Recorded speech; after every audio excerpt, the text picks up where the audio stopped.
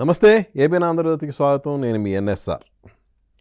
మధ్యతరగతి కుటుంబాల చరిత్రను వెండితెరపై ఆవిష్కరించడంలో బాలచందర్ గారు దిట్ట. సో ఆ కోవకు చెందిన సినిమానే అంతులేని కథ.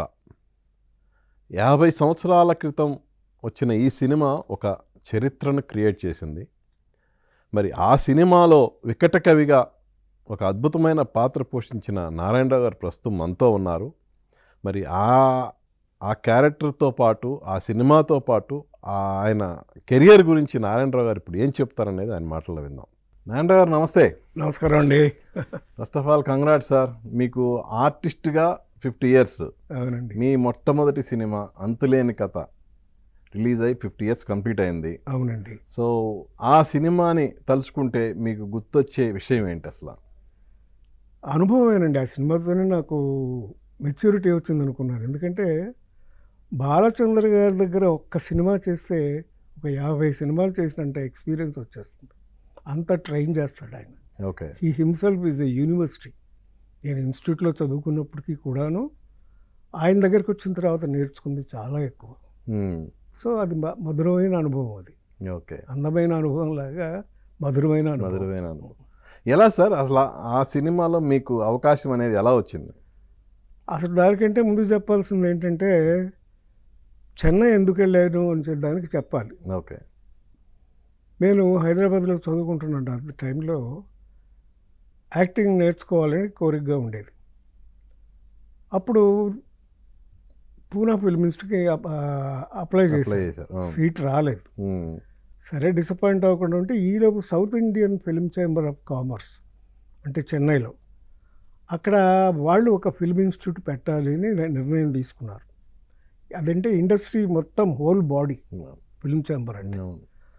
సో స్టార్ డామినేషన్ ఎక్కువైపోయింది. కొత్త ఆర్టిస్టులు రావాలి అనే మంచి ఉద్దేశంతోనే డైరెక్టర్స్ అందరూ బిఎన్ రెడ్డి గారు, పి పుల్లయ్య గారు, ఇలా గొప్ప గొప్ప డైరెక్టర్లు అందరూ కూర్చుని, ఆదుర్తి సుబ్బారావు గారు వీళ్ళందరూ కూర్చుని డెసిషన్స్ తీసుకుని, తమిళ డైరెక్టర్లు, మలయాళం డైరెక్టర్లు అందరూ కలిసి ఒక ఇన్స్టిట్యూట్ పెట్టుకుందాం మన ఛాంబర్లోని. ఛాంబర్ బిల్డింగ్లో ఒక ఫిల్మ్ ఇన్స్టిట్యూట్ స్టార్ట్ చేశారు. ఓకే. ఆ వార్త తెలియగానే నేను దానికి అప్లై చేశాను. చేస్తే నాకు ఇంటర్వ్యూ వచ్చింది. నేను ఇక్కడి నుంచి వెళ్ళాను. అంతకుముందే దేవదాస్ కనకాల గారితో నాకు పరిచయం ఉంది ఇక్కడ హైదరాబాద్లో. ఓకే. ఆయన పూనా ఫిల్మ్ ఇన్స్టిట్యూట్లో చదువుకుని వచ్చాడు. ఆయన, జయబాద్రి గారు, శత్రుఘ్న సిన్హా, నవీన్ నిశ్చల్ వీళ్ళంతా క్లాస్మేట్స్ పూనా ఫిల్మ్ ఇన్స్టిట్యూట్లో. అలాంటి ఇన్స్టిట్యూట్ మనకు సౌత్లో లేదు అప్పటికి. సో అలాంటి ఇన్స్టిట్యూట్ పెట్టాలనే దీంతో ఛాంబర్ వాళ్ళు స్టార్ట్ చేస్తే అప్పుడు వెళ్ళాము. ఓకే. ఆ ఇంటర్వ్యూలో బిఎన్ రెడ్డి గారు మాకు కెమెరా టెస్ట్ చేశారు, చేసి సెలెక్ట్ చేశారు. అలా 18 మంది మేము తెలుగు స్టూడెంట్స్ ఉండేవాళ్ళం. ఒక 10 మంది తమిళ్ స్టూడెంట్స్ ఉండేవారు. అలాగే కన్నడం, మలయాళం కూడా 10 మంది ఉండేవారు స్టూడెంట్స్. కన్నడ నుంచి వచ్చినవాడే రజనీకాంత్. ఓకే. కన్నడ సెక్షన్లో వచ్చినవాడు. కాకపోతే మాకు ఇన్స్టిట్యూట్లో ఒక మంచి సౌలభ్యం ఏంటంటే 4 భాషల వాళ్ళు ఉండేవాళ్ళం. 2 ఏళ్ళు ఫుల్ కోర్సు. ఓకే. సో రోజంతా యాక్టింగ్ చేయడం. తర్వాత మా కామన్ క్లాసెస్ ఉండేవి. యాక్టింగ్లో డాన్స్ అని, మూమెంట్ అని, మైమ్ అని, యోగా అని ఇలాంటివన్నిటికీ కామన్గా అందరం కలిసి చేసేవాళ్ళం. ఓకే. సో అందరితో స్నేహంగా ఉండేది. అలా 2 ఏళ్ళు మా ట్రైనింగ్ అయిపోయిన తర్వాత అప్పుడు ఎగ్జామినర్స్గా కొంతమంది డైరెక్టర్స్ వచ్చేవాళ్ళు. సినిమా ఇండస్ట్రీ వాళ్ళు పెట్టిందే కదా.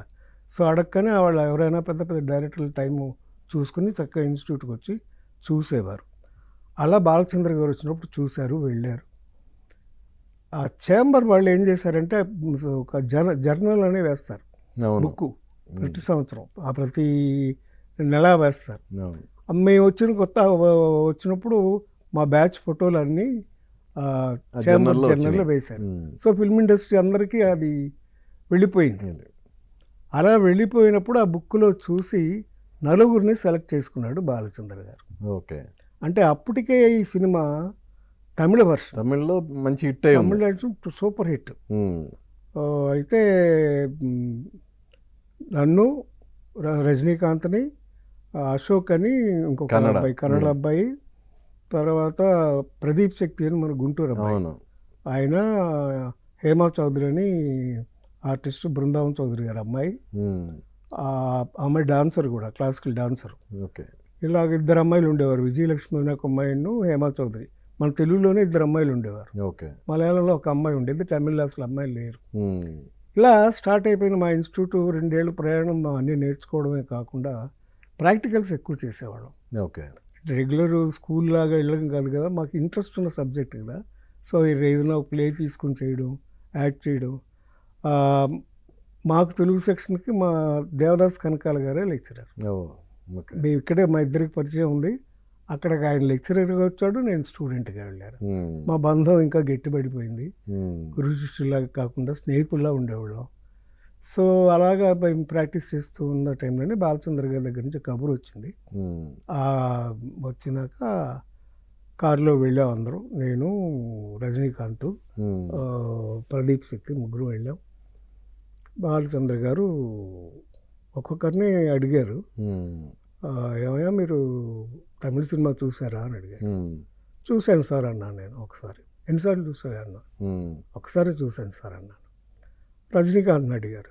నేను 4 సార్లు చూశాను సార్ అన్నాడు. సరే అని చెప్పి నేను నవ్వుకుని ఊరుకున్నాను.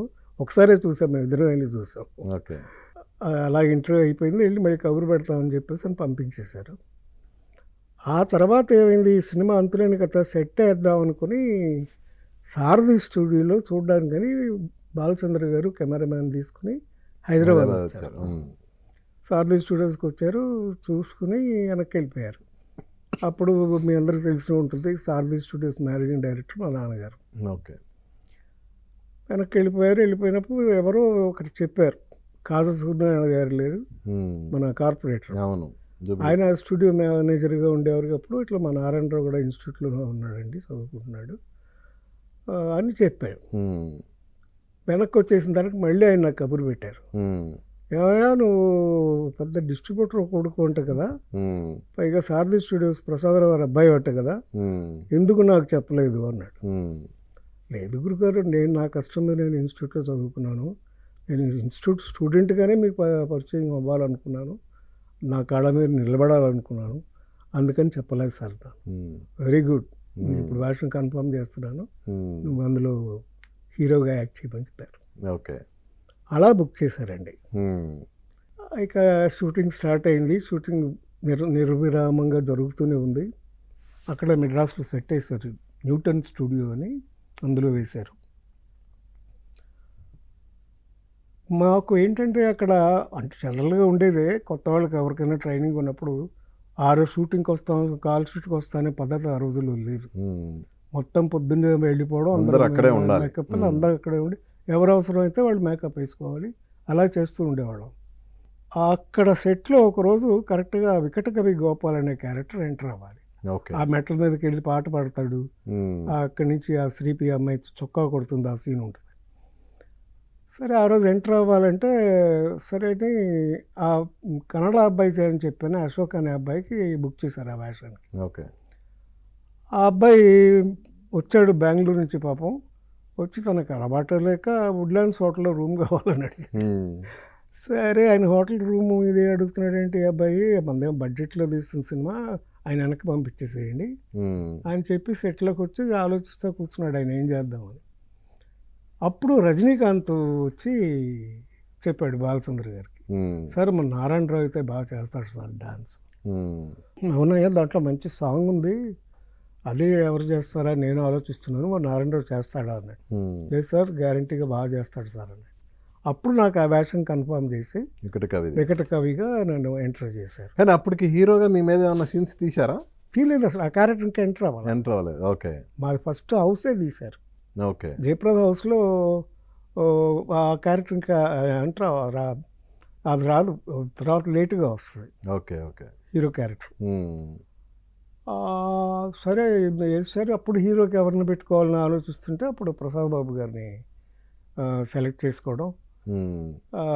ప్రసాద్ బాబు గారి గురించి కూడా ఆయన ఎంక్వైరీ చేస్తూ నన్ను అడిగారు, ఏమయ్యా ప్రసాద్ బాబు అంట మరి రమాప్రభ గారి హస్బెండ్ అంట, ఆయన ఎట్లా చేస్తాడు, బాగానే ఉంటాడా, పద్ధతిగా ఉంటాడా?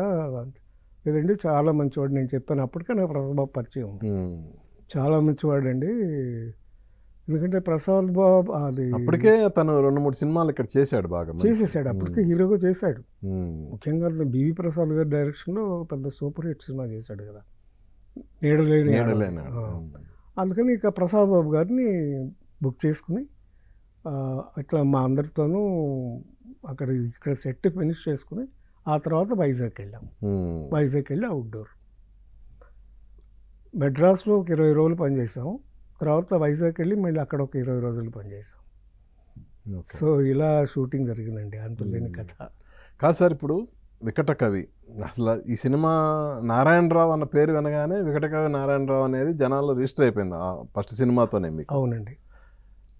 కానీ ఇదే సినిమా తమిళ్లో తీసినప్పుడు బాలచంద్ర గారు కమల్ హాసన్తో ఆ క్యారెక్టర్ చేయించారు, ఆ సినిమా సూపర్ హిట్ అయింది. బట్ తెలుగులో చేసేటప్పుడు కమల్ హాసన్ కాదని మిమ్మల్ని అంటే వేరే వాళ్ళతో వెళ్ళటానికి ఏంటి రీజన్ ఏమని చెప్పారా బాలచంద్ర గారు ఎప్పుడన్నా?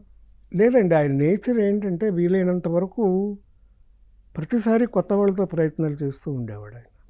ఎందుకంటే ఆయన వచ్చిందే థియేటర్ నుంచి, డ్రామాల నుంచి వచ్చారు. నాటకాలు ఎన్నో రాసి ఎన్నో వేసి, ఆయన పర్మనెంట్ హీరో అని చెప్పాలంటే నిజం చెప్పాలంటే నగేష్ గారు. ఓకే. ఎందుకంటే బాలచంద్ర గారి తొలి సినిమా కూడా నీరు కుమిళ్.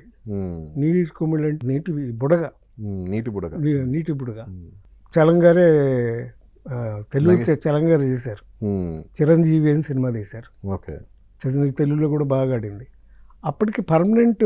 అలాగే సంబరాల రాంబాబు, అది కూడా నగేష్ గారు చేసింది తమిళ్లో. అట్లా బాలచంద్ర గారికి ఎప్పుడు కొత్త వాళ్ళతో ఎప్పుడు స్టార్డమ్తో చేయలేదు ఆయన, తక్కువ. ఒక జెమిని గణేషన్ గారితో చేశారు కానీ ఇంకా పెద్ద స్టార్స్తో ఎవరితోనూ ఆయన సినిమాలు తీయలేదు.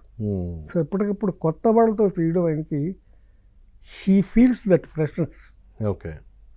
అంటే వేరే క్యారెక్టర్స్ చేసేసి అన్నీ అలవాటు పడిపోయిన వాళ్ళని పెద్దగా ఆయన సినిమాలు తీసేవారు కాదు. అందుకని తెలుగు సినిమా కనుక తెలుగు కుర్రాడిని పెట్టి, అదే భాష ఇది కూడా లేదు. ఎందుకంటే రజనీకాంత్ కన్నడ నుంచి వచ్చాడు, తెలుగు కొద్దిగా మాట్లాడతాడు కానీ డబ్బింగ్ చెప్పే అంత లేదు అప్పటికి. ఆ పిక్చర్లో డబ్బింగే, ఆయన డబ్బింగే చెప్పించారు. సో ఇలాగా కమల్ హాసన్ గారు ఉన్నప్పటికీ కూడా, అప్పటికి కమల్ హాసన్ బయటకు వెళ్ళి సినిమాలు చేస్తున్నాడు, సక్సెస్ అయింది తమిళ్. సో కొత్త వాళ్ళని పెట్టాలి అనే ఉద్దేశంతో మళ్ళీ నన్ను ఆ వికట కవి పాత్రకి, తమిళ్లో కూడా వికట కవి అని అంటారు, ఆ వికట కవి అనే పాత్ర పెట్టి, అదంటే తెనాలి రామకృష్ణ గారి ముద్దు పేరు వికట కవి. అందుకని ఆ క్యారెక్టర్ నన్ను ఫిక్స్ చేయడం జరిగింది. సో అలా మీ క్యారెక్టర్ ఫిక్స్ అయిన తర్వాత ఫస్ట్ షాట్ సాంగ్లోనే కదా? ఫస్ట్ షాట్ కాదండి, సీన్ చేశారా? చొక్కా కుట్టించుకుంటానే శ్రీప్రియ దగ్గర, అమ్మాయి టైలర్ దగ్గర కూర్చుంటే నేను ఇట్లా పెట్టుకుని అది చొక్కా కుడుతుంటే అమ్మాయితో మాట్లాడుతుంటే జయప్రద వస్తుంది, భయపడి పైకి పరిగెత్తిపోతాను మెట్ల మీద. అలాంటి సిచ్యువేషన్ ఫస్ట్ సీను అది. ఆ పాట తీసింది మాత్రం సినిమా చివరిలో షూట్ చేశారు. ఓకే. అక్కడ కళ్యాణ మండపం ఉంటుంది, అందులో పెళ్ళి క్లైమాక్స్లో ఆల్మోస్ట్ ఆ తాళికట్టు శుభ వెళ్ళడానికి అప్పటికే క్లైమాక్స్ స్టార్ట్ అయిపోతుంది ఓకే సినిమాకి. సో అలాంటి కమల్ హాసన్ తమిళ్లో చేసి ఆ క్యారెక్టర్ మీతో తెలుగులో చేపించిన తర్వాత మళ్ళీ కమల్ హాసన్ ఈ సినిమాలో తనంతట తానుగా వచ్చి ఒక చిన్న క్యారెక్టర్ చేయటం. అవునండి, కమల్ హాసన్ అప్పుడు నేను ఈ సినిమాలో కూడా ఉండాలి, నాకు ఏదైనా ఒక క్యారెక్టర్ చెప్పినప్పటికీ వెళ్ళాలంటే, యాక్చువల్గా కమల్ హాసన్ గారు చేసిన క్యారెక్టర్ తమిళ్లో మన రామకృష్ణ గారు చేశారు. గీతాంజలి హస్బెండ్ రామకృష్ణ గారు హీరో, మన తెలుగు హీరోనే చేశారు. బెంగాలీ క్యారెక్టర్ అంటే కొంచెం కొత్తగా ఉండాలని, అందుకని ఆ బెంగాలీ క్యారెక్టర్కి కమల్ హాసన్ పెట్టారు. సో అలాగా ఆయన కూడా ఒక అట్రాక్షన్ అయిపోయారు ఆ సినిమాకి. సో టోటల్గా ఏమైందంటే నేను కొత్తవాడిని, రజనీకాంత్ కొత్తవాడు, కమల్ హాసన్ కొత్త, శ్రీప్రియ, పటాపట్ జయలక్ష్మి, ఇంతమంది కొత్త ఆర్టిస్టులు పనిచేయడం వల్ల ఆయన ఫ్రెష్నెస్ ఫీల్ అవుతాడు కొత్త వాళ్ళతో చేయడం వల్ల. అది ఎలా జరిగిందండి. ఓకే. సో ఇంతమంది ఆర్టిస్టులు ఒకే చోట, అంటే వర్క్ ఉన్నా లేకపోయినా అందరినీ ఆయన ఆ సెట్లో ఉండేటట్టు చూసుకునేవాళ్ళు బాలచంద్ర గారు. అవును. సో ఎలా ఉండేది సార్ ఆ సెట్లో వాతావరణం కానీ అసలు? బాలచంద్ర గారు ఉన్నంతసేపు సైలెంట్గా ఉండేవాడు అందరూ, ఎందుకంటే అందరికీ దడే. ఆయనకి పక్క రూమ్లోకి వెళ్ళిపోయిన తర్వాత రెస్ట్ రూమ్లోకి వెళ్ళిపోయినాక అంతా సరదాగా ఉండేవాళ్ళం. ఈరంగ్ శర్మ గారు కానీ మాకు యూనిట్ అంతా కూడా చాలా సరదాగా ఉండేవాళ్ళం. కాకపోతే మాకు ఆ యూనిట్లో అన్ని పనులు అందరికీ చేయడం అలవాటు అయిపోయింది. ఓకే. మేమే ట్రాలీలు తోలేవాళ్ళం, తోసేవాళ్ళం. అలాగే లైట్లు ఏమైనా తీసి పెట్టాలంటే మేమే పెట్టేవాళ్ళం. అలాగే డైరెక్షన్ డిపార్ట్మెంట్కి హెల్ప్ చేసేవాళ్ళం. ఇలాగా ఒక ఫ్యామిలీ అట్మాస్ఫియర్ ఉండేదే కానీ ఎవరికి షూటింగ్ అనే ఫీలింగ్ ఉండేది కాదు. అంత సరదాగా షూటింగ్ జరిగిపోయింది. ఓకే. సో మిమ్మల్ని ఈ క్యారెక్టర్కి రికమెండ్ చేసింది రజనీకాంత్ గారు కదా? అవునండి. సో ఎలా మీ ఇద్దరి మధ్య అనుబంధం ఎలా? అదే 2 ఏళ్ళు కలిసి ఉన్నాం ఒకటండి. కలిసి ఉండడంలో సెలక్షన్ దగ్గరికి నుంచి వచ్చిన తర్వాత బాగా క్లోజ్గా ఉన్నాం. ఆయన మా ఇంటికి వచ్చేవాడు, నేను వాళ్ళ ఇంటికి వెళ్ళేవాడిని. అట్లాగే విఠల్ ప్రసాద్ అని మాకు ఇంకో కామన్ ఫ్రెండ్ ఉండేవాడు, మా తెలుగు క్లాసే. ఓకే. వాళ్ళ నాన్నగారు ఒకప్పుడు రాజుగారి దగ్గర దీపావళి అయితే వాడికి ఒక ఇల్లు ఉండేది, మ్యూజిక్ అకాడమీ అని. ఆ థియేటర్ ఉంది, ఆ థియేటర్ పక్కనే ఒక బిల్డింగ్ ఉండేది. అప్పుడు రజనీకాంత్కి వచ్చిన కొత్తలో పాపం అప్పటికి ఉద్యోగం వదిలేసి వచ్చాడు, బస్ కండక్టర్ చేస్తున్నాడు. ఇట్స్ ఎ రిస్క్, అంటే లైఫ్ జరిగిపోతున్నటువంటి క్యారెక్టర్. అక్కడి నుంచి ఆర్టిస్ట్ అవుదామని ఫిల్మ్ ఇన్స్టిట్యూట్కి వచ్చాడు నేర్చుకోవడానికి. ఆయనకి అప్పుడు విఠల్ ప్రసాద్ అని మా క్లాస్మేటు, ఆయన ఇంట్లో ఆయన్ని పేయింగ్ గెస్ట్ లాగా పెట్టుకుని, పేయింగ్ గెస్ట్ అంటే పేయింగ్ గెస్ట్ కాదు, వాళ్ళ అమ్మకు ఒక కొడుకులాగా, వాళ్ళిద్దరు కొడుకులు అయితే రజనీని కూడా కొడుకులాగా చూసుకున్నది ఆవిడ. వాళ్ళ ఇంట్లోనే ఉండేవాడు, ఇంట్లోనే ఉండే ఇన్స్టిట్యూట్కి దగ్గరే అది. సో అక్కడి నుంచి వచ్చి ఇన్స్టిట్యూట్లో చదువుకునేవాడు. ఫీజు కట్టడానికి కూడా ఇబ్బంది, పెద్ద ఫీజు ఏం కాదు ఆ రోజుల్లో. సంవత్సరానికి 300 రూపాయలు, ఓకే, 2 ఏళ్ళకి 600 రూపాయలు.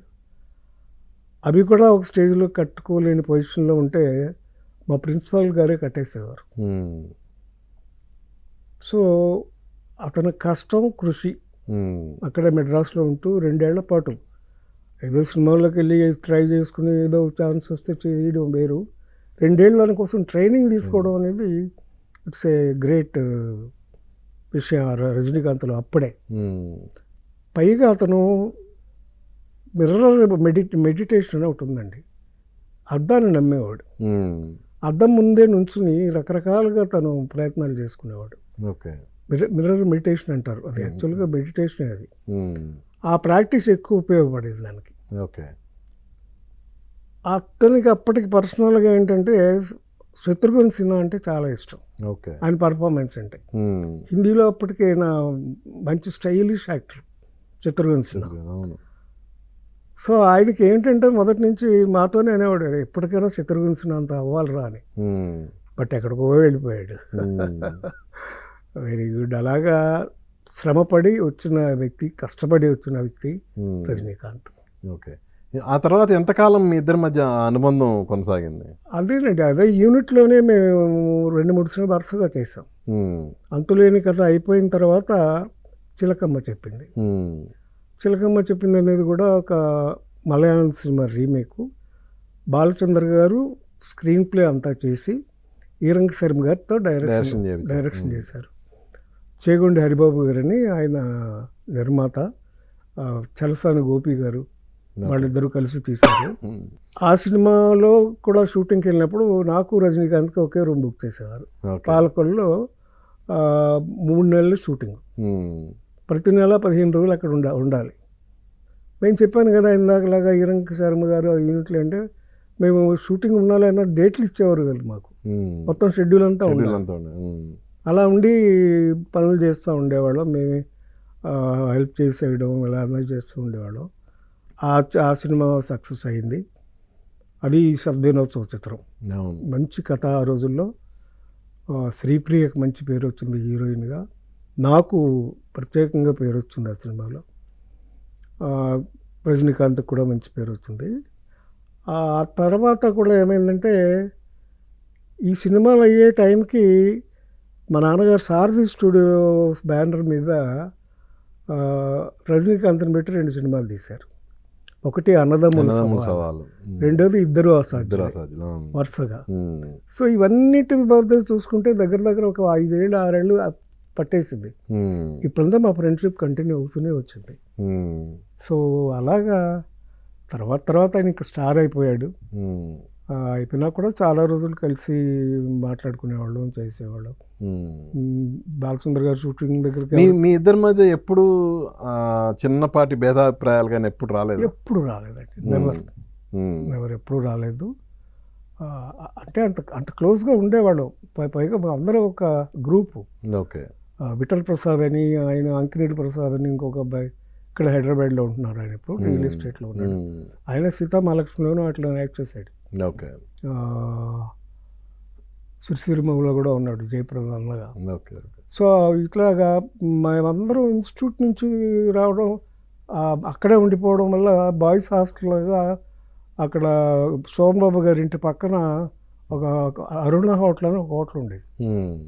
అయితే అందులో రూమ్స్ అద్దెకి ఇచ్చేవారు స్టూడెంట్స్కి. మేము ఇన్స్టిట్యూట్ అయిపోయిన తర్వాత అక్కడికి వెళ్ళి వాళ్ళతో ఉండటం, సరదాగా కబుర్లు చెప్పుకోవడం, లేదా డ్రామా ఏదైనా రిహార్సల్ తీసుకోవడం, సినిమాలకు వెళ్ళటం, చూడటం, ఇలాంటివన్నీ ఉండేవి బాగా. సో అలాగా ఫ్రెండ్షిప్ బాగా నిలబడిపోయింది. స్టార్డమ్ వచ్చిన తర్వాత ఏమన్నా దూరం అయిందా మీ ఇద్దరికి? ఏమన్నా ఏం కాలేదండి. అయినా కూడా చాలా సార్లు కలిసాం, చేస్తూ ఉండేవాళ్ళం. నేను అసలు నిర్మాతగా మారదాము అనుకున్న తర్వాత ఫస్ట్ అడిగింది చిరంజీవిని. ఓకే. తర్వాత ఒక సబ్జెక్ట్ అనుకుని రజనీకాంత్ని కూడా అడిగాను. దేవాంతకుడిలోనే ఇంకో విలన్ క్యారెక్టర్ ఉంది, అది కూడా మంచి క్యారెక్టర్. అప్పుడు విలన్ కూడా వేస్తున్నాడు ఇంకా రజనీ. ఆ క్యారెక్టర్ చేస్తావా అని అడిగాను రజనీని. అట్లాగే చేద్దాం, ఇక ఎప్పుడు కావాలో చెప్పు అని అన్నాడు రజనీ కూడా. ఈ లోపు ఏమైంది, చట్టానికి కళ్ళేవు సినిమా హిందీలో రిలీజ్ అయింది. అప్పుడు మళ్ళీ నేను రజనీకాంత్ని అడిగితే, లేదు ఇప్పుడు హిందీ అయితే బాగుంటుంది, హిందీలో ఏమైనా సినిమా తీరాదా అన్నాడు. నేను అప్పుడు హిందీ మార్కెట్ అంతగా తెలియదు నాకు, ఎందుకులే సరైన మార్చేసి అప్పుడు కథ మార్చి దేవాంతకుడు తీసాం. ఓకే. సో అప్పుడు చేయలేదు, కానీ తర్వాత ఇంకా మళ్ళీ ఆయన అట్లా కంటిన్యూ అయ్యారు. ఇక్కడ నేను కంటిన్యూ అయ్యాను వేరే సినిమాలు చేసుకుంటూ. అప్పుడు నేను చెప్పాను కదా, ఒక 40-50 సినిమాల వరకు హీరోగా యాక్ట్ చేశాను. Okay. So I was busy. తెలుగులోనే బిజీగా ఉన్నాను, అక్కడ రజనీకాంత్ తమిళ్లో బిజీ అవుతూ వచ్చాడు. ఇలాగ ఎవరికి వాళ్ళు అలా ఎదుగుతూ వచ్చామండి. ఓకే. రీసెంట్ టైమ్స్లో ఎప్పుడన్నా కలిసారు ఆయన్ని? మొన్న మధ్య కూడా కలిసామండి. ఆ విఠల్ ప్రసాద్ అమ్మాయి కూతురు పెళ్ళి అయింది 3 ఏళ్ళ క్రితం. చెప్పాను వాళ్ళ ఇంట్లో ఆతిథ్యం తీసుకున్నాడని. మేము వెళ్తే ఆయన ఆ రోజు ఆయన కళ్యాణ మంటపంలోనే పెళ్లి జరిగింది. పెళ్ళికి ఆయన వచ్చి మా ఫ్రెండ్స్ అందరూ 15-20 మంది వచ్చాం. మమ్మల్ని అందరినీ తీసుకుని పెళ్ళి అయిపోయిన తర్వాత మమ్మల్ని అందరినీ ఆయన రిసార్ట్కి తీసుకెళ్ళి అక్కడ కాసేపు టైం స్పెండ్ చేసి వాళ్ళ ఇంటికి తీసుకెళ్ళి వాళ్ళ ఆవిడే వడ్డం చేయగా అందరికీ భోజనాలు పెట్టి మా అందరికి బట్టలు పెట్టి పంపించాడు. సో అవన్నీ అలాగే ఉన్నాయండి ఫ్రెండ్స్. మేము అందరూ ఎప్పుడైనా ఇప్పుడు అలాగే కలుస్తాం. ఓకే. ఓకే. అది సో కమింగ్ టు మళ్ళీ అంతులేని కథకు వస్తే, ఆ సినిమా టయానికి జయప్రద గారు అంత ముందు చేసింది చాలా తక్కువ సినిమాలండి. అప్పుడు ఇంకా అనుభవం లేదు. ఈ సినిమాలో అంత బరువైన క్యారెక్టరు ఒక విధంగా చెప్పాలంటే అద్భుతంగా చేశారు ఆవిడ. అప్పటికి ఆ పాపకు అసలు యాక్చువల్గా చెప్పాలంటే 17-18 ఏళ్ళు ఉంటాయి. 17 దాటి ఉంటుంది, 18 కూడా వచ్చి ఉండవు. బేసికల్గా మంచి పాటలు పాడేది, వాయిస్ మంచిది. కానీ బాలచంద్ర గారితో చేయాలంటే కొంచెం ఇబ్బంది. చాలా డిసిప్లిన్ కావాలి, చాలా ఇది కావాలి. చాలా టిపికల్ షార్ట్స్ పెట్టేవాడు ఆయన. మీకు గుర్తుంటే అందులో ఒక సీన్ ఉంటుంది, అదే దేవుడే ఇచ్చాడు వీధి ఒకటి. ఆ సాంగ్లో ఒక సీన్లో సానిదానిలాగా అని తిడతాడు. ఏంటి సోకులు చేసుకు తిరుగుతున్నావు, సానిదానిలా అంటాడు. టక్కని తిరిగి వస్తుంది. ఏంట్రా మాట్లాడుతున్నావు నువ్వు, ఎవరి కోసం రా చేస్తుంది అని. నేను సానిదానిలా అంటావా, ఇదిగో చూడరా ఈ పాస్బుక్, నీ చెల్లెల కోసం, ఎవరెవరికి ఎంత ఇదిగో, డిపాజిట్ నీ- చేసి నీ కొడుకు- సేవింగ్స్ చేసింది ఆ, చూపిస్తున్నాం. నీ కూతురికి ఇంకా చదువుకునే మీ గుడ్డి తమ్ముడు ఆపరేషన్కి. ఇందులో నాకంటే ఏదైనా ఒక్క పాస్బుక్ ఉందేమో చూసుకోరా. నువ్వు ఒక్కరోజు నిలబడు, మనిషిగా నిలబడు, బాధ్యత తీసుకో, అప్పుడు నువ్వు చేయని ఇంట్లోంచి వెళ్ళగొట్టు, నేను వెళ్ళిపోతాను అని చేస్తుంది ఆ సీను. ఇవాళ పొద్దున్నే షూటింగ్ మొదలుపెట్టాం అంటే మేమంతా కూడా సెట్లోనే ఉండేవాళ్ళం, అక్కడే ఉండేవాళ్ళం. చెప్పాను కదా, యూనిట్ అంతా అలాగే ఉండాలి. మొదలుపెట్టారు, టేకులు అవుతున్నాయి, సాయంత్రం అయ్యింది, ప్యాకప్. మళ్ళీ రెండో రోజు మొదలుపెట్టారు, అవుతుంది, మధ్యాహ్నం లంచ్కి బ్రేక్ ఇచ్చారు. అందరం మేకప్ రూమ్లోకి వెళ్ళిపోయాం. జయప్రద రూమ్లోకి వెళ్ళిన తర్వాత నేను రాజమండ్రి వెళ్ళిపోతాను, నాకు సినిమాలో వద్దు ఏడుస్తుంది. సరే, అప్పుడు రజనీకాంత్ నేను ఇద్దరం పక్కన కూర్చుని నచ్చ చెప్పి, లేదమ్మా నీకు మంచి పేరు వస్తుంది చూడు, నీ లైఫ్ టర్న్ అయిపోద్ది సినిమాతో అని ధైర్యంగా చెయ్యి అంటే, తర్వాత వెళ్ళి ధైర్యంగా చేసింది, టేక్ ఓకే అయింది. సో అంత శ్రమ పడాల్సి వచ్చేది. చిన్నపిల్ల అమ్మాయికి ఏం తెలియదు, షీ డజంట్ నో ఎనీథింగ్. అలాగే రజనీకాంత్ కూడా జరిగింది. అంటే నాకు అందరికీ అది 10 టేకులు 15 టేకులు అనేది కామన్, అంతకంటే ఎక్కువ అనమాట కొన్ని. ఆ దేవుడే ఇచ్చాడు వీధి ఒకటిలో ఒక సిచ్యువేషన్ ఉంటుంది. ఒక్కొక్క కిటికీ దగ్గరికి వస్తాడు రజనీకాంత్, వచ్చి సిగరెట్ వేసుకోవాలి, ఈ అమ్మాయి వచ్చి కర్టన్ మూసేయాలి, మళ్ళీ పక్కకి వెళ్తాడు, డోర్ దగ్గరికి వెళ్ళి పాడుతూ ఉంటాడు, కర్టన్ వేసేయాలి, మళ్ళీ సిగరెట్ వేసుకోవాలి. ఇలా ఒక పెద్ద షార్ట్ పెట్టేశారు బాలచంద్ర గారు. రాత్రిపూట షూటింగ్, రోజు నైట్ ఎఫెక్ట్ అది. చేస్తున్నాడు. ఒకరోజు షూటింగ్ చేశారు, టేక్ ఓకే అవ్వలేదు. అంటే ఇది మిస్ అయితే సిగరెట్ పెడితే ఈ కరెక్ట్ టైమింగ్ ఏదో మిస్ అవుతుంది. మళ్ళీ రెండో రోజు మళ్ళీ పెట్టారు. రజనీకాంత్ బాలచంద్ర గారి దగ్గరికి వెళ్ళిపోయి, గురువుగారు నన్ను క్షమించండి, నేను చేయలేను, వదిలేయండి నన్ను అన్నాడు. ఎందుకు చేయలేవు, నువ్వు నాకు చేసి చూపించావు కదా, చెయ్యి. అది తమిళ్లో లేదు ఈ షాట్. ఈ సిగరెట్ బయట వేసుకోవడం అనేది లేదు, అది అద్భుతంగా వచ్చింది. అది రజనీకాంత్కి ఎంతో హెల్ప్ అయింది కెరియర్లో. సో అలాగా ఇప్పుడు ఆ పాట అంతా అట్లాగా తీశారు. నేను సరే ప్రాణం పెట్టి చేసేవారు ఆయన. ఒకసారి నీకు ఎక్కువ టేక్స్ వచ్చిన సీన్? నాకు ఫస్ట్ సీన్లోనే 15 టేక్స్ అనేయండి, అన్ని 15-20 మామూలే. అంటే ఆయన ఎప్పుడు కోప్పడేవాళ్ళు కదా, ఆయనకు కొంచెం ముక్కోపి అంటారు కదా బాలచంద్ర గారు. కోపం ఉండేది కానండి, బాగా చేస్తే మాత్రం బాగా లైక్ చేసేవాడు ఆయన. మొదట్లో 1-2 రోజులు అందరికీ ఇబ్బంది ఉండేది.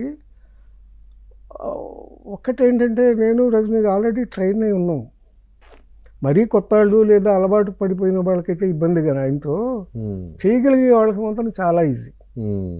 ఇప్పుడు తర్వాత కూడా రజనీ, కమల్ ఆయన ఫేవరెట్స్ అయిపోయారు కదా. ఎన్ని సినిమాలు తీశారు ఆయన, ఎన్ని చేశారు, అసలు ఎంత ఎదిగారు వాళ్ళు. వాడు అప్పటికీ కూడా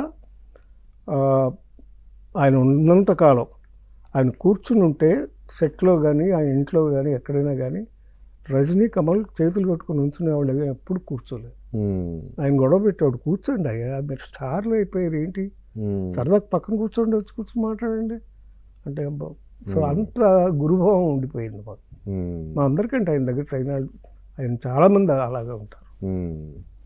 జయసుధ కానీ జయప్రద కానీ వీళ్ళందరూ అలాగే చేస్తారు. సో అది ఆయన తెలియకుండా ఆయన ఆ కోపంలోనే మనం చేయలేకపోతున్నామని బాధ ఉండి అవస్థ పడేవాడు తప్ప ఆయన మీద కోపం వచ్చేది కదా ఎవరికి. మళ్ళీ ఆయన నవ్వుతూ పలకరించేస్తూ పోయేది. సో ఇది ఒక పేరెంటల్ ఎఫెక్షన్ అంటారు చూడండి, అలా ఉండేది. కోపం వచ్చినప్పుడు కోపం వచ్చేది, మళ్ళీ దాన్ని బుజ్జగించినప్పుడు బుజ్జగించేవాడు, మెచ్చుకునేటప్పుడు అంతా మెచ్చుకునేవాడు. మళ్ళీ ఆయన నా విషయంలోనే చిలకమ్మ చెప్పింది రష్ చూసాడు ఒకసారి. మామూలుగా బీరంగస్వామి గారు రాగానే రషెస్ చూపించేవారు ఆయన, ఇలా తీసాం ఆయన శిష్యుడే కదా. చూస్తే ఆయన బయటకు వచ్చేసినాక నాకు ఫోన్ చేశారు మా ఇంటికి, చేసి నారాయణరావు చాలా అద్భుతంగా చేసావు, చాలా సూటబుల్గా చేసావు ఆ క్యారెక్టర్కి, మీకు మళ్ళీ చాలా మంచి పేరు వస్తుంది సినిమా. సో ఆ అభిమానం అనేది అలా ఉండేదన్నమాట ఆయనతో. కోపం అని అంటారు కానీ మేము ఎప్పుడు అలా ఫీల్ అవ్వలేదు. కొంచెం భయం ఉండేది మాత్రం నిజం, భయం మాట అనేది. సో ఆయన ఎంతమంది ఆర్టిస్టులను తయారు చేశాడు సార్. సీనియర్ ఆర్టిస్టులను అయితే మీరు షావుకార్ జానకి గారిని, జమున గారిని, అందరూ రకరకాలు ఎంతమంది ఆర్టిస్టులు అంతమందితో పనిచేశాడు ఆయన. నిజానికి యాక్చువల్గా ఈ సినిమాకి ముందు ఆయన సత్యకాల సత్య ఇలాంటి సినిమాలు చేశారు. కానీ అంతులేని కథ తర్వాతే తెలుగులో ఆయనకు ఒక మంచి పేరు అనేది వచ్చింది యాక్చువల్గా. కరెక్ట్ అండి. అది అంతకుముందు చేశారు కానీ అంత గుర్తింపు రాలేదు. అంటే ఆయన తమిళ్లో పక్కా రైటర్, స్టేజ్ యాక్టర్. అందుకని నాటకాలు కూడా వేస్తూ ఉండటం వల్ల తమిళ్లో అంత పట్టు వచ్చేసింది దానికి. ఆ తర్వాత తెలుగులో కూడా నెంబర్ ఆఫ్ ఫిల్మ్ చేశారు. మరో చరిత్ర కానీ అసలు చరిత్ర సృష్టించిన సినిమాలు తెలుగులో కూడా చాలా చేశారండి. ఇప్పుడు అందులోని కథ నుంచి అసలు టర్న్ అయిపోయింది ఆయన కెరీరు. ఆ తర్వాత మరో చరిత్ర, ఆ టైటిల్ పెట్టేందుకు ఆయన చాలా ఆలోచించాడు చాలా రోజులు. ఏంటి చరిత్ర ఉందని ఇట్లా టైటిల్ పెట్టాడు అంటారేమోనయ్యా అని మాతో చనువుగో ఇవన్నీ అడిగేవాడు ఆయన. ఏమైనా అనుకుంటారేమోనయ్యా అని. లేదు సార్ బాగుంది అని అనేవాళ్ళం మేము. అలాగే ఆ మరో చరిత్ర సినిమా క్లైమాక్స్ విషయంలో కూడా ఆయనకి చాలా భయం ఉండేది. వాళ్ళిద్దరిని చంపేస్తున్నాం ఎలాగ ఉంటుందని. ఆ భయమే హిందీ వర్షన్ తీసినప్పుడు ఎల్వి ప్రసాద్ గారు ఒప్పుకోలేదు దానికి. ఇద్దరిని బతికించారు లాస్ట్లో. ఎక్ దూజే కేలియలో ఆ హీరోయిన్లు ఇద్దరు బతుకుతారు. అది సక్సెస్ అయింది, ఇది సక్సెస్ అయింది. సో ఆ భయం ఉండేదానికి చెప్తాను కదా, థియేట్రికల్ ఎక్స్పీరియన్స్ అంటారు. మంచి నాటకాలు వేసిన వాళ్ళకే అది అర్థం అవుతుంది. ఆ కలిసి ఆ టైమింగ్ యూజ్ చేయడం, ఆ ప్రాప్స్ వాడుకోవడం. హిందూలో ఎప్పుడో ఒకసారి రివ్యూ రాశాడు. తూర్పు పడమరలో ఒక సీన్లో కమల్ హాసన్ అంటే తాడు యాక్ట్ చేస్తుంది. పైన మృదంగం వాయిస్తూ ఉంటే ఆ తాడు కనెక్షన్ వచ్చి ఈ అమ్మాయికి వినిపించడం లాంటిది షార్ట్ పెట్టారు. అట్లా తాడుతో కూడా యాక్ట్ చేయించాడు ఆయన అనేది హిందూలో రాశారు అప్పుడు. తమిళ్ వర్షన్కి చాలా వరకు అందులో అలాంటి బిట్స్ ఎన్నో ఉన్నాయి. అందులోని కథలో మరి అసలు చాలా చిన్న క్యారెక్టర్లను కూడా చక్కగా, పిల్లల క్యారెక్టర్లు కూడా అద్భుతంగా తీయడం జరిగింది అసలు. సార్ ఆ సాంగ్ పర్టికులర్గా సినిమాలో అన్ని పాటలు బాగుంటాయి, పర్టికులర్గా మీ సాంగ్ హైలైట్. అసలు అప్పట్లో ఇక ఏ పెళ్ళి జరిగినా కూడా ఈ సాంగ్ లేకుండా అనేది లేదు. కరెక్ట్. సో మీకు ఆ సాంగ్ గురించి మీకు ఎదురైన అనుభవాలు ఏంటి? ముఖ్యంగానండి ఆ పాట లిరిక్కే చాలా గొప్పగా ఉంటుందండి. సిచ్యువేషన్ కూడా మంచి గొప్ప సిచ్యువేషన్ అది. ఎందుకంటే నేను ప్రేమించిన అమ్మాయి నాకు దక్కదు, జయప్రద ప్రేమించిన అబ్బాయి ఆవిడకే దక్కదు. వాళ్ళిద్దరూ పెళ్లి చేసుకుంటే నేను పాట పాడాలి, నేను కచేరీ ఇవ్వాలి. అది ఫస్ట్ జయప్రద గారు వచ్చి అడుగుతారు, నువ్వు కచేరీ చేయాలని. అప్పుడు చెప్తాడు, నేను మిస్ అయ్యాను, ఫోన్లో సభాయోగం వచ్చింది, కళ్యాణ యోగం పోయింది అని చెప్తాడు. ఇలాగా ఆ సిచ్యువేషన్లోనే పేతాసు ఉంది, ఎంటర్టైన్మెంట్ ఉంది. ఆ రెండింటినీ మిళితం చేసి రాసిన ఆత్రేయ గారు మహానుభావుడు, అద్భుతంగా రాశాడు. తాళికట్టు శుభవేళ మెడలో కళ్యాణమాల అని అద్భుతమైన పాట. ఆత్రేయ గారి రచన, ఎంఎస్ విశ్వనాథన్ గారి మ్యూజిక్. అవి రెండు ఆ పాటను ఎక్కడో నిలబెట్టేసాయి. ఇక బాలుగారి గురించి ఏం చెప్పాలండి, అంత అద్భుతమైన వాయిస్, అంత అద్భుతమైన ఎక్స్ప్రెషన్స్ కమల్ హాసన్ చేసింది కానీ నేను చేసింది కానీ రెండు అలాగే అన్నీ సమకూరాయి. సో అటు సంగీతం, సాహిత్యం, సిచ్యువేషను అన్నీ కలిసి వచ్చిన సినిమా అంతులేని కథ. ఏ పాటకు ఆ పాట. అలాగే దేవుడే ఇచ్చాడు వీధి ఒకటి కానీ అన్ని పాటలు కూడా ఉన్నదేదో ఫటాఫట్ సాంగ్. అవును, లోకం అది అసలు యాక్చువల్గా అప్పట్లో సొసైటీలో ఉన్న సిచ్యుయేషన్స్ బట్టి ఆయన తీసేవారు. బాలచంద్ర గారు అసలు ఆ సమాజంలో ఏం జరుగుతుంది అనే దాన్ని అర్థం పట్టే ఆయన సినిమాలే అలా ఉంటాయి అనుకోండి. మధ్యతరగతి కుటుంబాల ప్రతిబంధం. దీనికి ముందు సినిమా ఆయన అరంగేట్రం అని ఒక సినిమా తీశారు. దాంట్లో ఏంటంటే ఒక బ్రాహ్మిన్ ఫ్యామిలీలో ఉన్న ఆడపిల్ల హైదరాబాద్ వచ్చి వేశ్యవృత్తి చేస్తుంది హైదరాబాద్లో. అది చాలా క్రిటిసిజం వస్తుంది అది తమిళనాడులో. ఏంటి బ్రాహ్మణ్ అయినా బ్రాహ్మిన్స్ మీద ఎలాగా బ్రాహ్మిన్స్ ఆడపిల్లలు వెళ్ళి ఇలా చేయడం ఏంటి అనేది అప్పుడు ఆలోచిస్తుంటే ఆయనకి ఈ కథ సుజాత అని ఆయన రాశారు. ఇది మేలే సుజాత అని పెన్ నేమ్ ఆయన. అయితే ఆస్థాన రచయిత. అయితే అప్పుడు ఆయన నిలబడి ఒక ధైర్యమైన అమ్మాయి కావాలి అని నిలిచిన క్యారెక్టర్ని చేయాలని ఆ సరిత క్యారెక్టర్ తయారైంది. సరిత అంటేనే ఒక నదినే సరిత అంటారు. సో ఆ సరిత పాత్ర చేయడం, దాంట్లో జయప్రద గారు ఇమిడిపోవడం, అద్భుతంగా ఇన్నేళ్ళకు అమ్మాయి ఇంకా చేస్తూనే ఉండడం. It's good. అందరు ఆర్టిస్టులు అలాగే ఉన్నారు. ఇప్పుడు అందులో చాలా మంది కంటిన్యూ అయిపోయి ఇప్పటికీ సూపర్ స్టార్లుగా ఉన్నారు. రజనీకాంత్, చిరంజీవి గారు అందులో ఆయన యాక్ట్ చేయకపోయినా ఆయన అదే అందులో చేయలేదు. బట్ తర్వాత బాలచంద్ర గారు కదా ఆయన కూడా.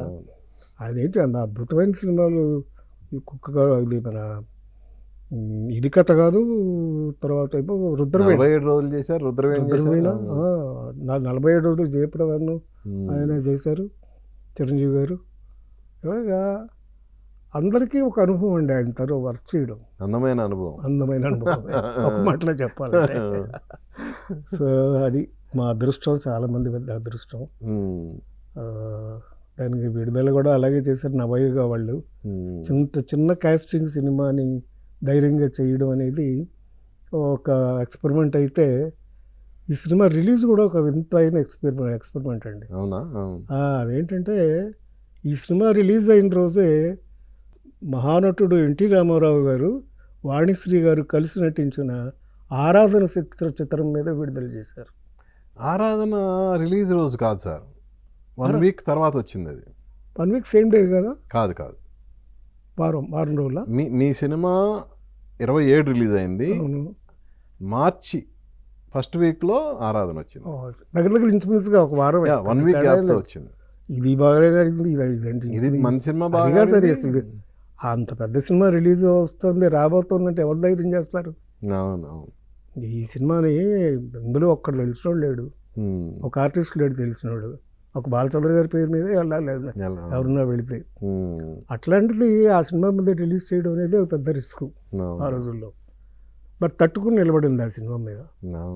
ఆ సినిమా కూడా పెద్ద ఆరాధన సూపర్ డూపర్ హిట్ కదా, పెద్ద మ్యూజిక్. హిందీ రీమేక్ యాక్చువల్గా అది మీకు ఆరాధన గీత్. సో అలాగా మంచి డిస్ట్రిబ్యూటర్లు కూడా దొరికారు. సో అందుకు బాగా ఎక్స్ప్లాయిట్ చేశారు, బాగా పబ్లిసిటీ చేశారు. ఆ రోజుల్లో పెద్ద రచయితులందరినీ కూర్చోబెట్టి ఆ సినిమా చూపించారు సినిమా రిలీజ్ ముందే.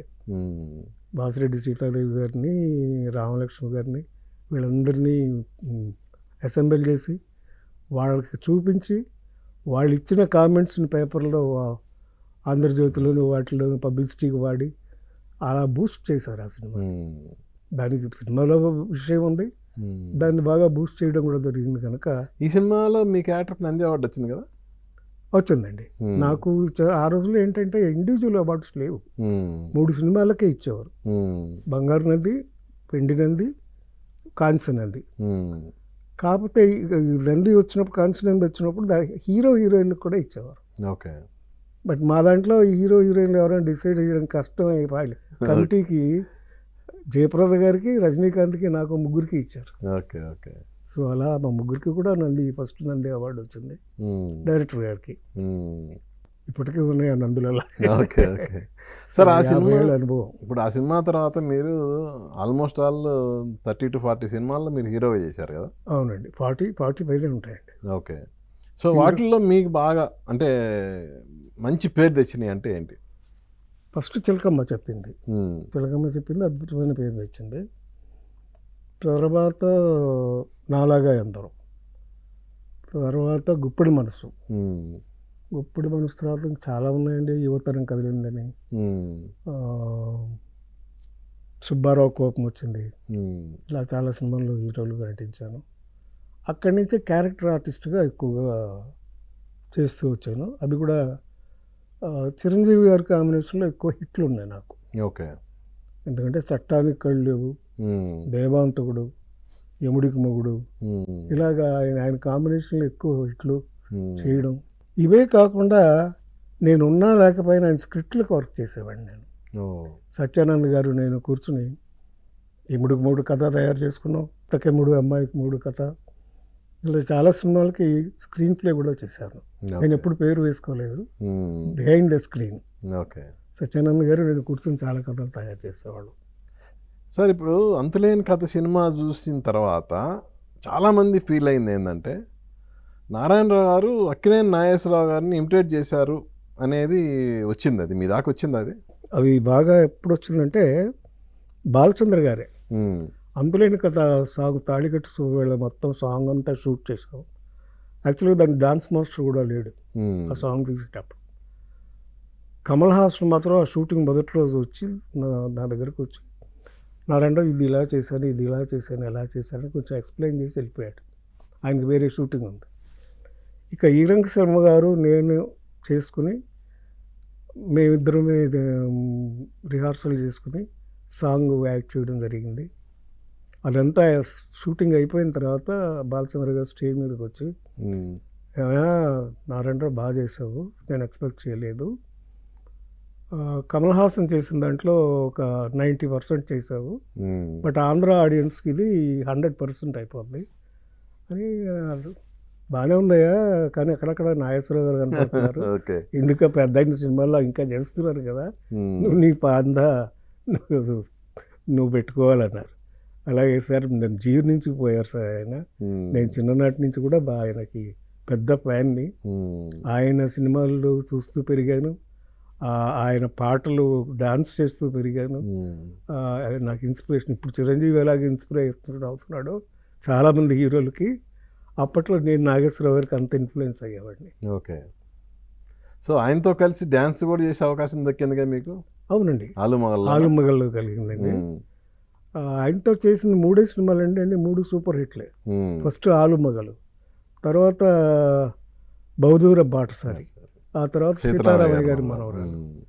సో ఆయనతో షూటింగ్ చేసిన వాళ్ళు కంటే కూడా అక్కడ కూడా నాకు ఎప్పుడు చాలామంది ఆ డైరెక్టర్లు, క్రాంతి కుమార్ ఉన్నారు అనుకోండి, షూటింగ్ నాకు ఉన్నా లేకపోయినా నాగేశ్వరరావు గారి కంపెనీ వచ్చి కూర్చుని సెట్లో ఉండేవాడు ఆయన. ఒక్కొక్కప్పుడు వాళ్ళిద్దరికి ఏదైనా ఘర్షణ వచ్చి వాళ్ళిద్దరికి నచ్చలేదు అనుకోండి, అప్పుడు నన్ను మీడియేటర్గా వాడుకునేవారు. సో అలాగా.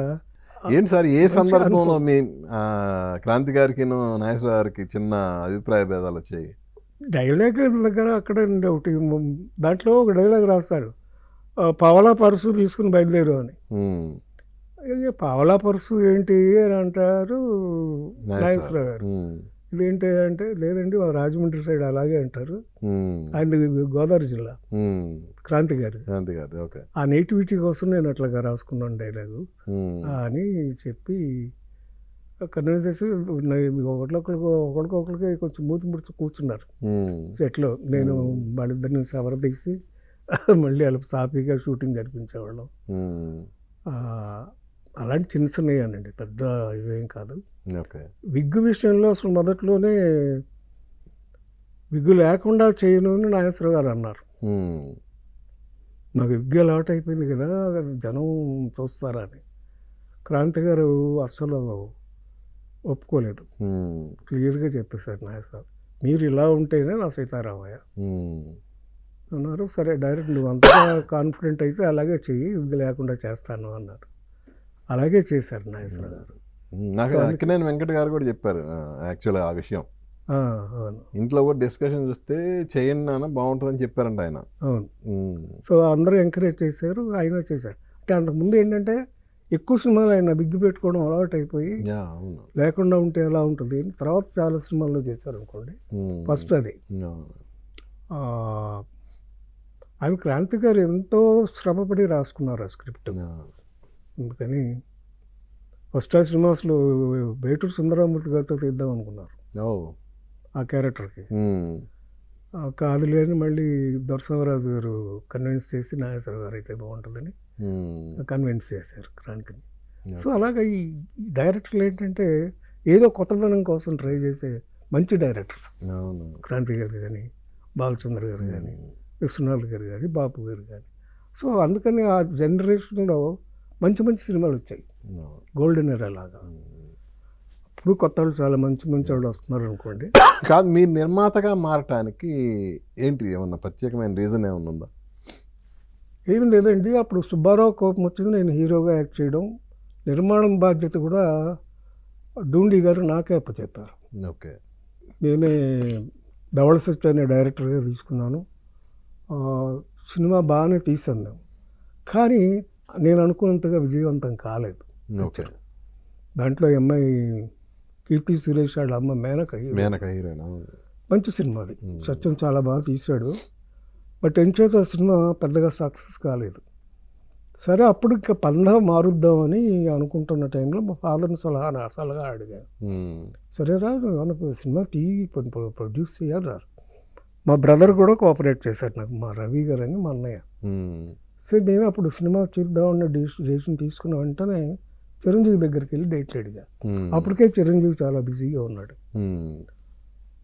విన్నాడు, నా మీద ఉన్న నమ్మకంతో వెంటనే డేట్లు నాకు రాసి ఇచ్చేసాడు, కన్ఫర్మ్ చేసి. ఇంకెవరిని నువ్వు అడగక్కర్లేదు, నువ్వు కథ రెడీ అయ్యిందంటే చెప్పు, నేను యాక్ట్ చేస్తాను ఈ సినిమాలో. అలాగా స్టార్ట్ చేయడం జరిగింది. తర్వాత ఎస్ఏ చంద్రశేఖర్ రావడం. ఎస్ఏ చంద్రశేఖర్ మీ అందరికీ తెలుసు, మేము అంతకుముందు చట్టానికి కళ్ళు సినిమా చేసి ఉన్నాము. ప్లస్ ఇప్పుడు విజయ్ అనే తమిళ హీరోకి ఆయన ఫాదర్ అంత, ఆయన వైఫే స్టోరీ రాసింది, శోభ గారు అని ఆవిడ రాశారు. ఆ కాంబినేషన్లో మళ్ళీ ఒక శతదినోత్సవ చిత్రం దేవాంతకుడు తీసాం. అది అయిపోయినాక ఒక 4 ఏళ్ళకి మళ్ళీ నేను డేట్స్ అడిగితే అప్పుడు సుధాకర్కి హరిప్రసాద్కి కూడా కొంచెం హెల్ప్ చేద్దామని ఉంటున్నారంటారు. నాకు నీకు అనుభవం ఉంది కనుక నువ్వు ప్రొడక్షన్ చూసుకో, వాళ్ళిద్దరూ సైలెంట్గా ఉంటారు అంటే. వాళ్ళిద్దరు సినిమాలో యాక్ట్ చేశారు, నేను యాక్ట్ చేయలేదు. ఎందుకంటే ప్రొడక్షన్ బాధ్యతలన్నీ నేను చూసుకోవాలి కనుక నేను దాంట్లో ఇమిడికి మూడులో యాక్ట్ చేయలేదు, వాళ్ళిద్దరూ యాక్ట్ చేశారు. అది సూపర్ డూపర్ హిట్ అయిపోయింది. అది మ్యూజికల్ హిట్. దాంట్లో ఎక్స్పెరిమెంట్ ఏంటంటే కొత్త మ్యూజిక్ డైరెక్టర్స్కి ఛాన్స్ ఇవ్వడం, రాజ్కోటి అది కూడా మళ్ళీ కేవలం నా మీద నమ్మకంతోనే. నేను చిరంజీవి గారి దగ్గరికి వెళ్ళి, అప్పటికి నేను కొత్త వాళ్ళని పెడుతున్నానని తెలిసి కొంతమంది పెద్దలు, ఇండస్ట్రీలో పెద్దలు, అదేంటి చక్రవర్తి గారు లేకుండా అంత పెద్ద సినిమా ఏంటి, ఎట్లా తీస్తారు మీరు, అది ఇది నన్ను ప్రశ్నించారు బయ్యర్స్ కూడా. అంటే నేను ముందు చిరంజీవి దగ్గరికి వెళ్ళి, చిరంజీవి ఇట్లా కొత్త మ్యూజిక్ డైరెక్టర్లు ఉన్నారా, ఇద్దరు కొత్త వాళ్ళు ఏం కాదు, వాళ్ళు ఇండస్ట్రీకి ఆల్రెడీ చేశారు, ఆల్రెడీ చేస్తున్నారు. ప్లస్ రాజేశ్వరరావు గారు అబ్బాయి, టీవీ రాజు గారు, ఇద్దరు మ్యూజిక్ డైరెక్టర్ల కొడుకులు, వాళ్ళకి జ్ఞానం ఉంది, మంచి సెన్స్ ఉంది అని చెప్తే, సరే నీ ఇష్టం పెట్టుకో అన్నాడు. సో చిరంజీవి అంత లిబర్టీ ఇవ్వబట్టే అంత మంచి డెసిషన్స్ తీసుకోగలిగాం. మ్యూజిక్ కూడా ఎలా సార్, మీ ముగ్గురికి ఈక్వల్ వాటానా అందులో? ఈక్వల్ ఆట అండి. అది ముందే ఏం చెప్పారంటే, ఆ రోజున తలా 5 లక్షలు మిగిలేటట్టు చూసుకుందాం లేవయ్య అన్నారు. పిక్చర్ మాత్రం బాగా థీమ్ అన్నారు చిరంజీవి గారు. సినిమా బాగానే తీసామండి, కాకపోతే కాస్ట్ ఎక్కువైపోయింది. మేము ₹1,00,00,000 అనుకున్న సినిమా 1,10,00,000 అయింది. ఓకే.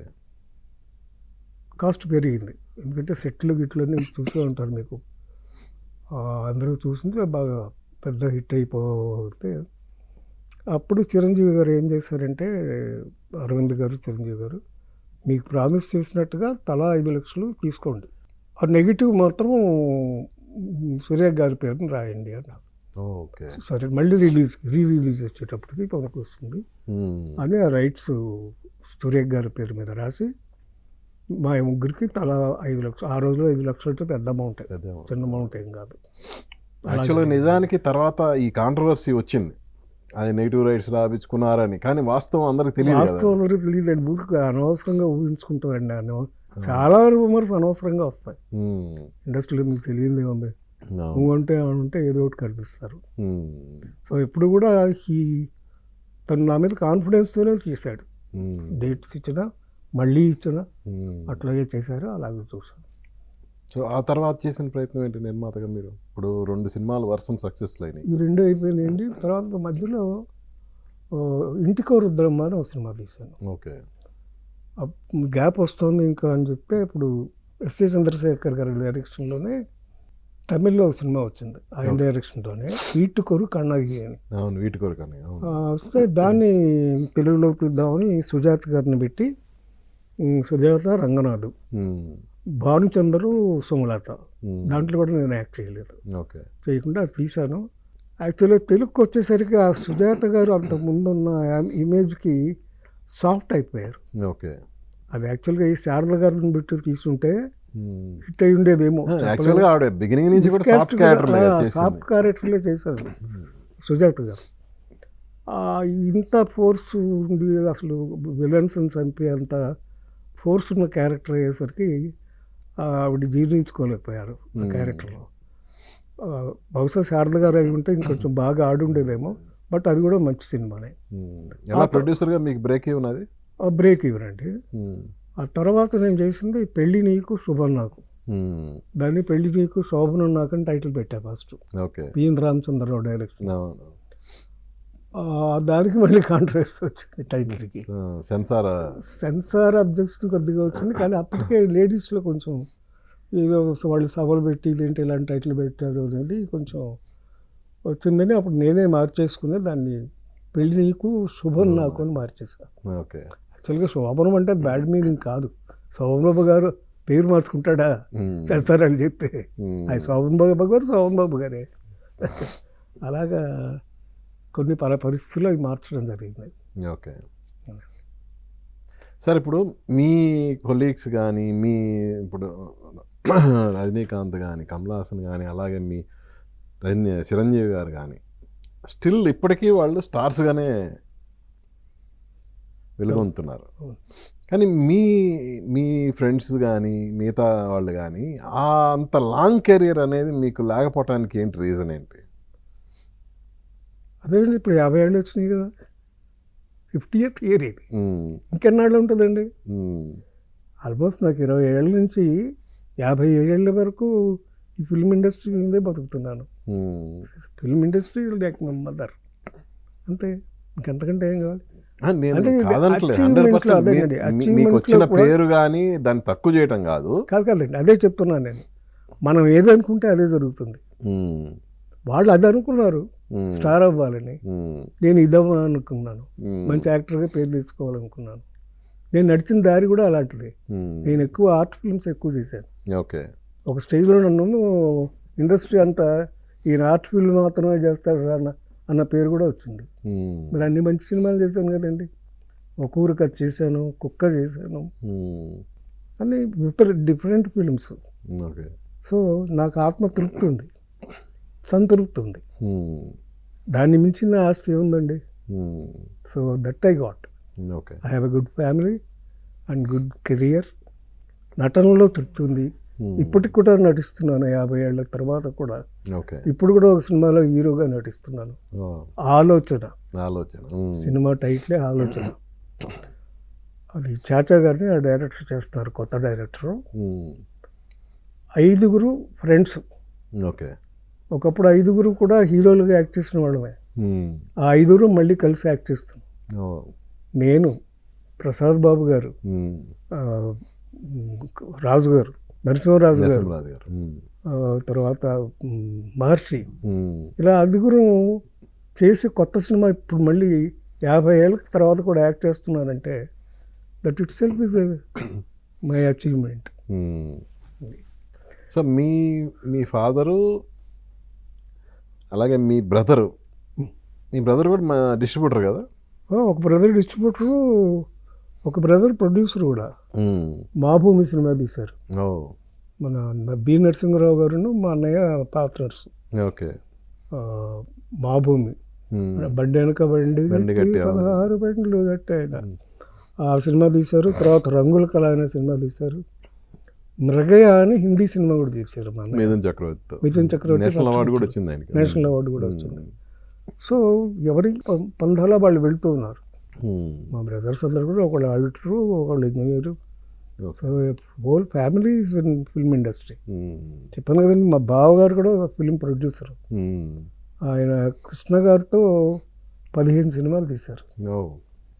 గూడు పుటాణి, దొంగలకు దొంగ, భలే దొంగలు, దొంగల వేట, దొంగల సినిమాలన్నీ వాళ్ళే. ఆయన గార్పాటి సాంబశివరావు గారని మా బావగారు. So whole family is in film ఇండస్ట్రీకి అంకితం అయిపోయాం. డిస్ట్రిబ్యూటర్ తర్వాత నన్ను దత్తత తీసుకున్నాయని కూడా ఒక పెద్ద డిస్ట్రిబ్యూటరు తుమ్మల నాగేశ్వరరావు గారిని, జయలక్ష్మి పిక్చర్స్ అని రాయలసీమలో పెద్ద distributor. First buying system start చేసింది ఆయనే. అడుగురాముడు సినిమా కొన్నాడు ఆయన ఫస్ట్. అది సూపర్ డూపర్ హిట్ అయింది. So whole family is in film industry. నేను చిన్నప్పటి నుంచి సినిమా వాళ్ళతోనే ఉన్నాను. సార్, ఇప్పుడు మీ ఫ్యామిలీ మొత్తం సినిమాకి అంకితమైంది. మరి మీ తర్వాత జనరేషన్ ఎవరు సినిమా ఇండస్ట్రీలోకి రాలేదా?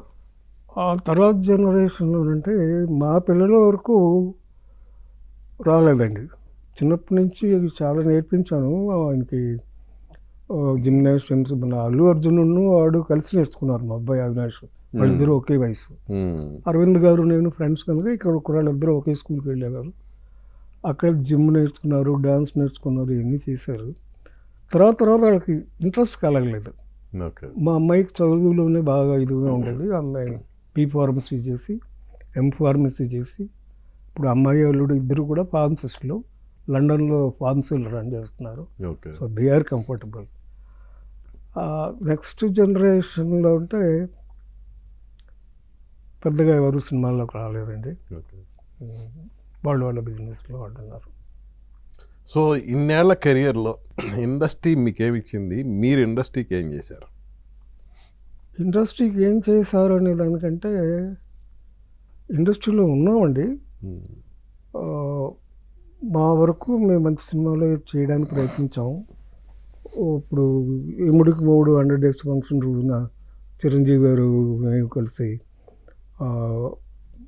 ఊరు వేసుకున్న రైతులకి, సూసైడ్ చేసుకున్న రైతులకు ఫండ్స్ ఇచ్చాం ఇండస్ట్రీలో. అట్లా అంటే తర్వాత మా అసోసియేషన్ స్థాపించిన దాంట్లో మురళీమోహన్ గారు, నేను, మహర్షి రాఘవ మొదటి నుంచి ఒక పూనుకుని చిరంజీవి గారి దగ్గరికి వెళ్ళి ఆయన్ని ఒప్పించి మా అసోసియేషన్ స్టార్ట్ చేసాం.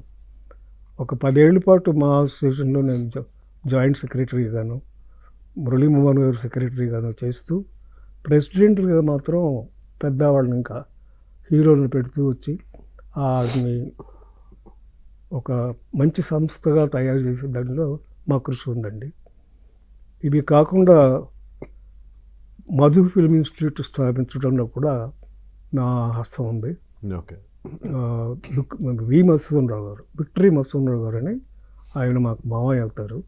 ఆయన డాక్టర్ని మా పెద్దన్నయ్య పెళ్లి చేసుకున్నారు. సో మామగారు ఆయన డైరెక్షన్లో కూడా నేను సినిమాలు చేయడం జరిగింది. అంగడి బొమ్మ, తర్వాత పేదల బ్రతుకులోని 2 సినిమాలు చేశాను. ఆయన ఫిల్మ్ ఇన్స్టిట్యూట్ స్థాపిద్దాం అనుకున్నప్పుడు హైదరాబాద్ షిఫ్ట్ అయినప్పుడు నన్ను కన్సల్ట్ చేశారు. నన్ను వచ్చేయమని అడిగారు ఆయన హైదరాబాద్, అప్పుడే చెన్నై నుంచి. అంటే అప్పటికి నేను మన్సుపల్లకి సినిమా షూటింగ్ చేస్తున్నాను. ఆ మాట అన్నారు. మా వద్ద వెళ్దామా హైదరాబాద్ అనుకుంటున్న టైంలో పెద్ద వంశీ గారిని అడిగాడు డైరెక్టర్ని, ఏమంటే ఇట్లా మసూన్రావు గారు మా మామగారు ఇన్స్టిట్యూట్ వెళదాం అనుకుంటున్నారు, వెళ్ళిపోదాం అనుకుంటున్నాను అన్నా.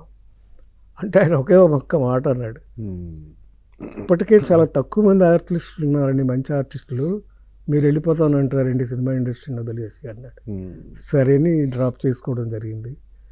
కానీ నేను దగ్గరుండి ఇన్స్టిట్యూట్ స్టార్ట్ చేసి ఎన్టీ రామారావు గారు సీఎం అయిన తర్వాత ఫస్ట్ అటెండ్ అయింది మధు ఫిల్మ్ ఇన్స్టిట్యూట్ ఇనాగరేషన్. ఇన్స్టిట్యూట్లో ఫస్ట్ బ్యాచ్లో చాలామంది ఆర్టిస్టులు వచ్చారు. పూరి జగన్నాథ్, తర్వాత శ్రీకాంత్, వీళ్ళందరూ కూడా ఆ ఇన్స్టిట్యూట్ నుంచి వచ్చిన వాళ్ళే. ఆ ఇన్స్టిట్యూట్తో కూడా నాకు బాగా సంబంధం ఉండేది. ఎప్పుడు ఖాళీగా ఉన్నా కూడా మా సోనరావు గారు పిలిచి నన్ను లెసన్స్ చెప్పేవారు లెక్చరర్గా. కొన్నాళ్ళు ప్రిన్సిపల్గా కూడా పనిచేశాను. చాటా Yeah. శ్రీరాములు గారు పోయిన తర్వాత ఓకే ఓకే ఆయన పొజిషన్లో నేను పనిచేశాను ఇన్స్టిట్యూట్కి. సో ఇలాంటి యాక్టివిటీస్ అన్నీ ఉండేయండి. ఇవి కాకుండా మా సిస్టరు ప్రేమ జ్యోతి అని ఒక ఆర్గనైజేషన్ నడిపేవారు. ఓకే సో దాంట్లో అనాథ పిల్లల్ని, వృద్ధుల్ని, వృద్ధాశ్రమాలకు వెళ్ళి వాళ్ళందరినీ కలిపి వాళ్ళందరితో కలిపి ప్రోగ్రామ్స్ చేస్తూ వాళ్ళని ఉత్సాహపరుస్తూ ప్రతి పండగకి, దీపావళికి కానీ పండగలకు కానీ వాళ్ళతో వెళ్ళి గడిపి వాళ్ళతో టైం స్పెండ్ చేస్తూ ఉండేవాడు. ఇది మా యాక్టివిటీ. ఓకే. ఇప్పటికీ 50 years తర్వాత కూడా మీరు ఆర్టిస్ట్గా కొనసాగుతున్నారు కదా. ప్రజెంట్ సినిమాల ట్రెండ్ చూస్తే మీకు ఏమనిపిస్తుంది? టోటల్గా అసలు సినిమా అనేది వరల్డ్ సినిమాగా మారిపోయింది. అవునండి. సో ఇప్పటి ఈ సినిమా ఈ ట్రెండ్ చూస్తే మీకు ఏమనిపిస్తుంది? ఏముందండి, ఎదుగుదల ఎదుగుదల ఎదుగుదల ఏముంది, కొత్తవి ఇన్ని అన్వేషణ జరుగుతూనే ఉంటుంది, కొత్త కొత్త వస్తూనే ఉంటాయి. ఇప్పుడు సినిమా ఎక్కడికో వెళ్ళిపోయింది, పైకి వెళ్ళిపోయింది. పైగా ఓటీటీ అని వచ్చేసింది. ఇది కాకుండా బోల్డ్ అని మీడియాలో రకరకాల ఛాన్సులు వస్తున్నాయి. కొత్త డైరెక్టర్లు కూడా అద్భుతమైన సినిమాలు తీస్తున్నారు. రీసెంట్గా మీరు చూస్తే బలగం, అలాగే ఓ బేబీ, ఇలాంటి చిన్న చిన్న సినిమాలు ఆడుతున్నాయి. మంచి సినిమాలు ఆడుతున్నాయి. పెద్ద సినిమాలు ఎక్కడికో వెళ్తున్నాయి. ఇంటర్నేషనల్ మార్కెట్ అయిపోయింది. సో మార్కెట్ పెరిగింది. మనకి భారతదేశంలోనే కాదు, వరల్డ్ వైడ్ కూడా మన నిర్మాతలు, డైరెక్టర్లు. ఈ సంవత్సరమే మీ మిత్రుడు చిరంజీవి గారు యాక్ట్ చేసిన ఒక శంకర్ వరప్రసాద్ సినిమా ఒక రీజనల్ లాంగ్వేజ్లోనే 400 కోట్లు కలెక్ట్ చేసింది. అవునండి, సూపర్ హిట్గా. యా. సో ముఖ్యంగా చిరంజీవి గారును డైరెక్టర్ అనిల్ రావు ఇప్పుడు ఒక కాంబినేషన్ బాగా వర్కౌట్ అయింది. సో ఎక్కడికో వెళ్ళిపోతుంది సార్ సినిమా, ఇంకా ఒక చోట ఆగటలా. అందుకని అలాగే చిన్న సినిమాలు కూడా అద్భుతంగా ఆడుతున్నాయి. అవును. మీరు ఈ సంక్రాంతికి చూస్తే అటు పెద్ద సినిమా ఆడింది, ఇటు చిన్న సినిమాలు కూడా అద్భుతంగా ఆడుతున్నాయి. అవును. So it's all going, all is well అన్నట్టుగా ఎవ్రీథింగ్ ఈజ్ గోయింగ్ ఫైన్. చిన్న ఆడుతున్నాయి, పెద్ద ఆడుతున్నాయి. సో తెలుగు సినిమా ఎప్పటికీ ఇలాగే ఉండాలని కోరుకుంటున్నాం. Thank you sir. Thank you. మా ఆహ్వానాన్ని మన్నించి మీరు వచ్చి మీ అంతులేని కథ 50 yearsతో పాటు మీ 50 years కెరియర్ని ఒకసారి మన్నం చేసుకున్నందుకు thank you very much. Thank you very much sir.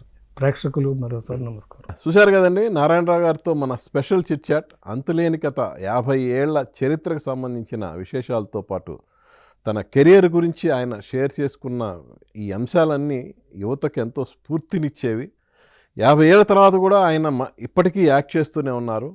So ఇది చాలామందికి ఒక విధంగా చెప్పాలంటే ఒక ఇన్స్పిరేషన్ అనే చెప్పాలి. సో మళ్ళీ మరో గెస్ట్తో మీ ముందుకు వస్తాను. మీ ఎన్ఎస్ఆర్ సైనింగ్ ఆఫ్. చూస్తూనే ఉండండి ఏబిఎన్ ఆంధ్రజ్యోతి.